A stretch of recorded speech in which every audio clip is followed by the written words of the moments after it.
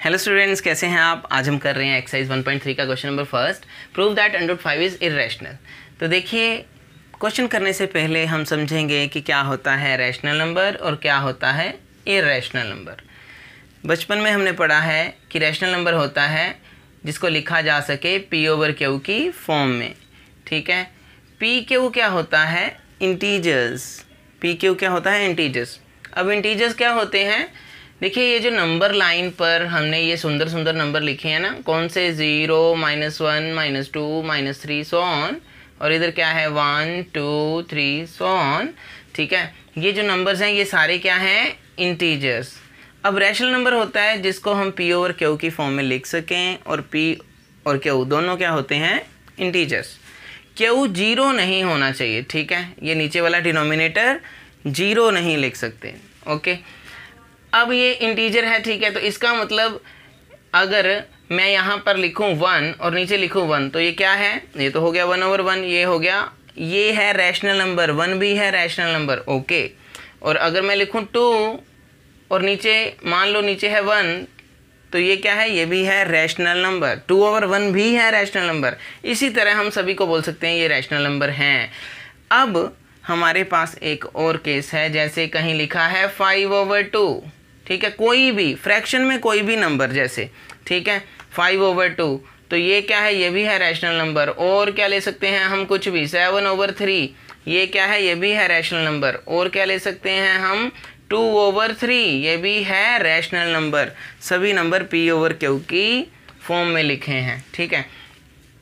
अब rational number में एक क्वालिटी है, देखिए क्या है कि अगर जैसे कि फॉर एग्जांपल आपने 5/2, ठीक है, 5 को 2 से हमने डिवाइड किया तो क्या आएगा, ये आएगा 2.5। अब इसका जो ये रैशनल नंबर है 5/2, इसका डेसिमल एक्सपेंशन, इसको देखें, ये आंसर आएगा ना इसका 2.5। इस आंसर को ध्यान से देखें, आपको नज़र आएगा कि ये आंसर रुक गया। रुक गया कहने का मतलब, जब आपने 5 को डिवाइड किया 2 से तो क्या आया, 2 2 4, 1 एक पॉइंट, ठीक है, ये आ गया 2 5 10, ठीक है, नीचे रिमाइंडर क्या आ गया, 0। तो ये रुक गया, आंसर रुक गया, ठीक है। तो इसे कहते हैं टर्मिनेटिंग डेसिमल एक्सपेंशन। जब आपके रैशनल नंबर ये जो है था 5/2, इसको डिवाइड किया और इसका जो आंसर आया ये रुक गया, इसे कहते हैं टर्मिनेटिंग। तो ये रैशनल नंबर की डेसिमल एक्सपेंशन है एक, ये बताया। अब एक दूसरी तरह के भी हमारे पास रैशनल नंबर हैं, तो एक और एग्जांपल लिए है हमने, देखिए ये है 2/3। तो जब आप डिवाइड करेंगे 2 को 3 से तो हमारे पास जो आंसर आएगा वो आएगा 0.66666, और ये रुकेगा नहीं कभी भी, आप डिवाइड करके देख लो, ठीक है। तो ये कभी भी रुकेगा नहीं, चलता जाएगा, ठीक है। तो इसे हम क्या कहते हैं, इसे तो हमने क्या कहा था अभी, टर्मिनेटिंग, ठीक है, क्या कहा था, टर्मिनेटिंग डेसिमल एक्सपेंशन। तो ये क्या है, नॉन टर्मिनेटिंग, ठीक है, नॉन टर्मिनेटिंग बट रिपीटिंग। ये नॉन टर्मिनेटिंग तो है, रुकेगा तो नहीं, लेकिन ये रिपीट जरूर होगा। देखिए रिपीट हो रहा है 0.66666, ये चलता जाएगा, कभी भी रुकेगा तो नहीं लेकिन रिपीट जरूर होगा। तो ये भी दूसरी तरह की हमारे पास मैंने एक एग्जांपल ली जो कि होती है रैशनल नंबर की एग्जांपल, ओके। तो ये भी रैशनल नंबर है। ये दो तरह से हमने इसको सीखा कि दो तरह के रैशनल नंबर होते हैं।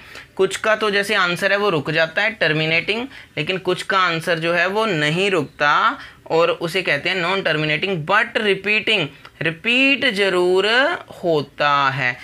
अब हमारे पास ये तो हो गया रैशनल नंबर का हमारी डिस्कशन, ठीक है। तो उसके बाद ये इर्रेशनल नंबर जो हैं हमारे पास, ये किस तरह के होते हैं। देखिए इर्रेशनल नंबर जो है हमारे पास, इर्रेशनल नंबर जैसे कि देखिए यही ले लेते हैं, हमने प्रूव करना है √5 इज इर्रेशनल प्रूव करना है। तो √5 की जो वैल्यू है, देखिए ये ऐसे सोल्व करते थे हम पिछली क्लासेस में, मैं आपको स्क्रीन पे दिखा रहा हूँ। तो ये आ रही है 2.236, है ना, dot dot dot dot dot.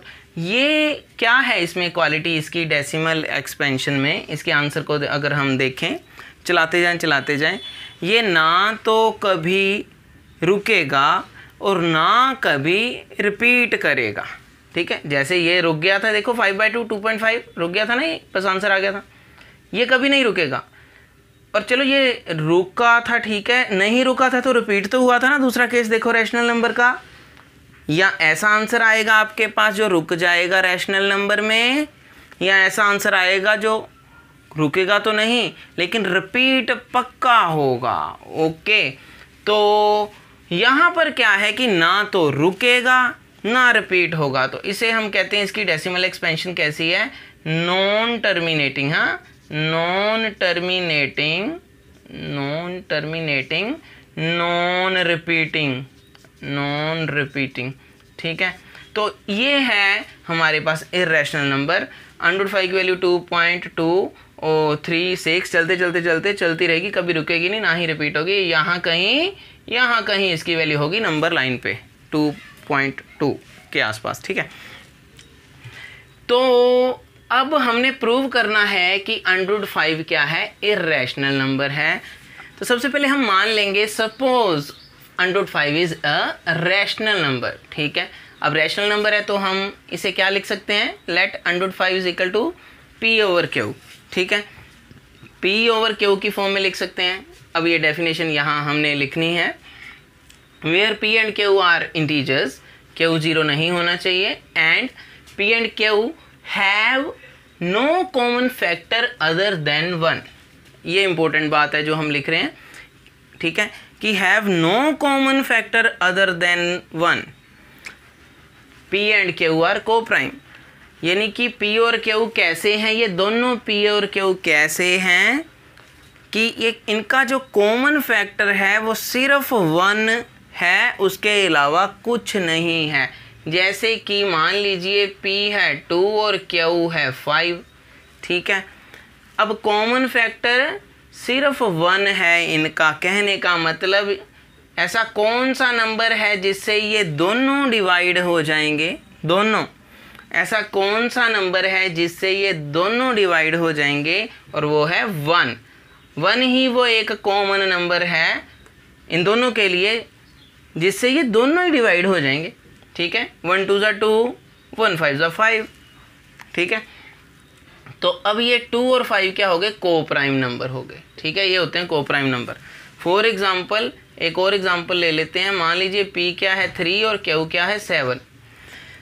अब ये भी तो को प्राइम नंबर ही है। हाँ जी, क्योंकि क्या है कि 1 ही ऐसा एक कॉमन नंबर है, ठीक है, जिससे ये दोनों डिवाइड हो जाएंगे।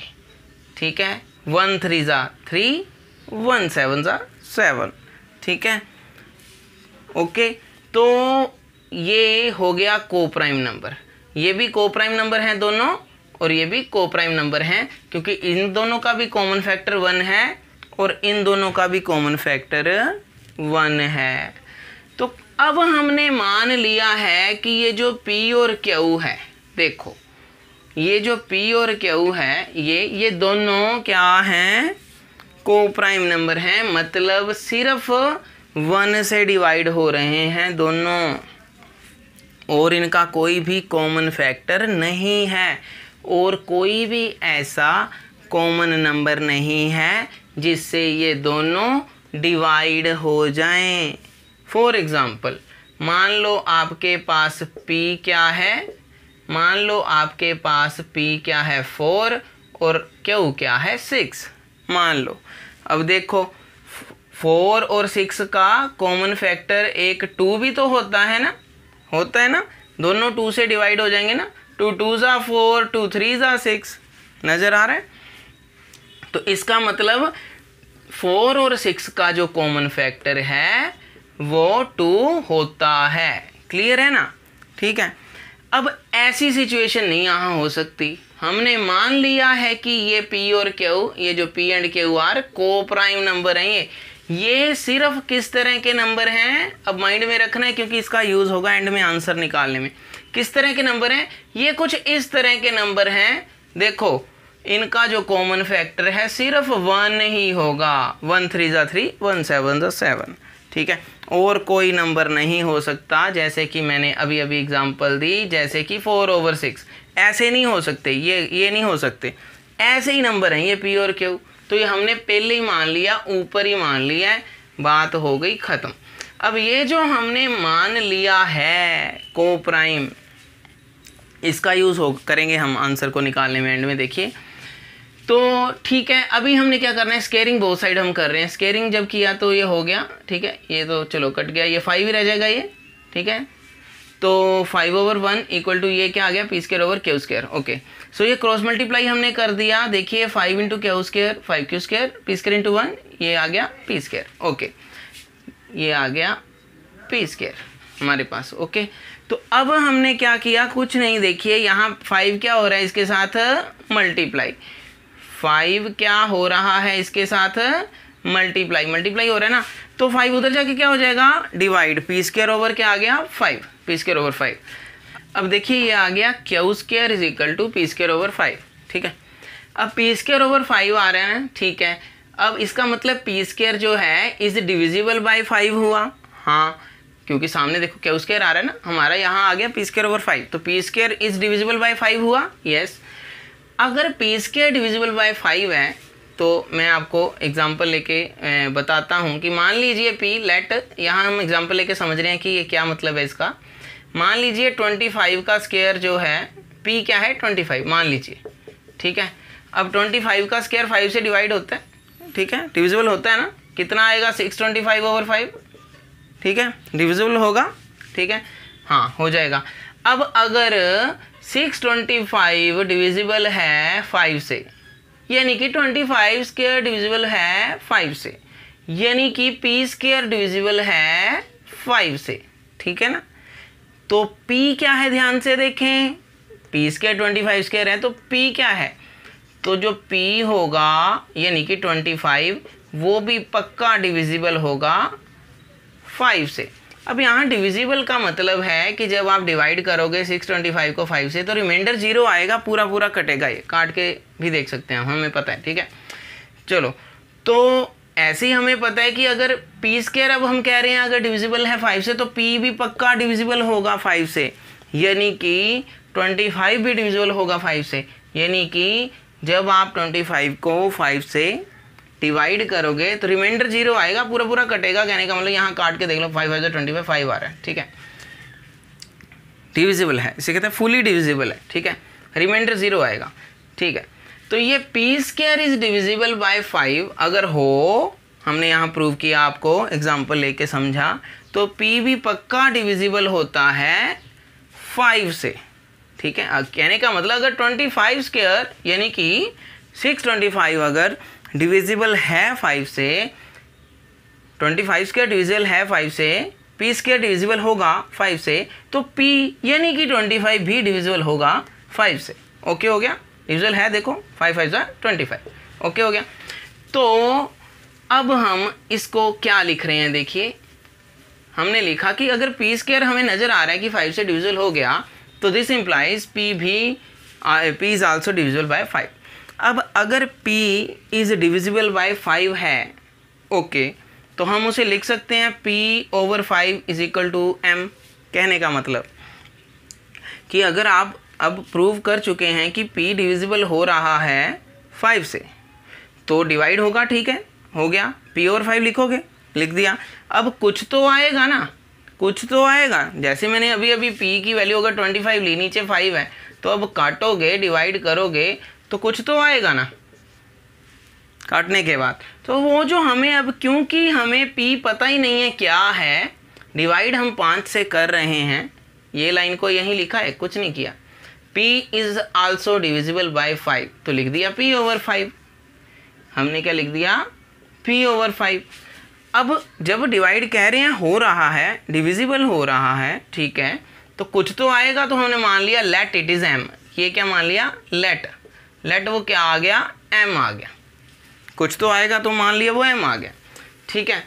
तो अब हम इसे कर रहे हैं क्रॉस मल्टीप्लाई, दिस इम्प्लाइज हमारे पास क्या आएगा 5 × M, तो P की वैल्यू जो आ रही है हमारे पास आ रही है 5M, ठीक है। अब क्या करना है, ये जो हमारे पास ये आई थी इसको 1 डाल देते हैं, ठीक है। सो ये जो p की वैल्यू आई, put the value of p is equal to 5m in 1 में पुट कर देते हैं। जैसे ही आप 1 में पुट करोगे 5m whole square over 5 Q square is equal to, ये क्या आ गया, 5 का भी स्क्वायर है और m का भी स्क्वायर है ना यहाँ पे। इसका क्या मतलब है, ये 5 का भी स्क्वायर है, m का भी स्क्वायर है, ओवर क्या है 5। अब 5 का स्क्वायर क्या होगा यहाँ पे, ये तो हो गया 25, ओके। अब ये तो कैंसिल हो गया, 5 5 जा 25, ठीक है। So q square is equal to 5m square, ये रह गया, यस। 5 5 जा 25 किया था, यस। तो 5m स्क्वायर आ गया। अब 5 क्या हो रहा है, इधर मल्टीप्लाई, उधर जाके क्या हो गया, ये हो गया डिवाइड। अब ध्यान से देखें, यहाँ तक पहुँचने पे हमें पता चला, क्या पता चल रहा है कि देखिए Q square is divisible by 5। तो हम लिख रहे हैं Q square is divisible by 5। आ गया ना, आपका अपने आप आया ना ये क्यू स्क्वायर ओवर 5। इसका हम मतलब हम कह सकते हैं कि Q square is divisible by 5। अब मैंने पहले भी आपको प्रूव किया था कि अगर किसी का स्क्वायर, जैसे कि p square is divisible by 5, तो दिस इम्प्लाइज p भी होता है इज आल्सो डिविजिबल बाय 5। इसी तरह अगर यहाँ पर आप लिख रहे हो कि आपका आ रहा है क्यू स्क्वायर ओवर 5, ठीक है। So q square is divisible by 5, तो आप लिखेंगे q is also divisible by 5। तो क्यू भी आपका डिविजिबल होगा 5 से, ठीक है। अब देखिए ये हमने माना था 1, इसको हम ले लेते हैं, ये वाली जो स्पेशल लाइन हमने लिखी है इसको ले लेते हैं हम 2, और ये स्पेशल हमारी एक और आई है, ये इसको ले लेते हैं हम, क्या है, क्यू इज डिविजिबल बाय 5, तो ये ले लेते हैं हम 3। तो फ्रॉम 2 and 3 एंड में क्या लिखेंगे हम, देखिए क्या लिख रहे हैं, from 2 and 3 p and q both are divisible by 5। देखिए p is divisible by 5, q is also divisible by 5। इसका मतलब ये और ये लाइन को ये देखो पढ़ो जो हमने लिखा है, इसका मतलब दोनों को अगर हम ज्वाइन करें देखें तो हमें नज़र आ रही है कि p and q both are divisible by 5। p and q are divisible by 5, ठीक है। कि ये दोनों तो 5 से डिविजिबल हो रहे हैं, p और q ये जो दोनों हैं ये तो 5 से डिविजिबल हो रहे हैं। लेकिन हमने स्टार्टिंग में ही क्या माना था, हमने तो माना था कि देखिए क्या माना था कि उनका जो have no common factor other than 1, वो 1 के अलावा किसी और से डिविजिबल नहीं हो रहे हैं।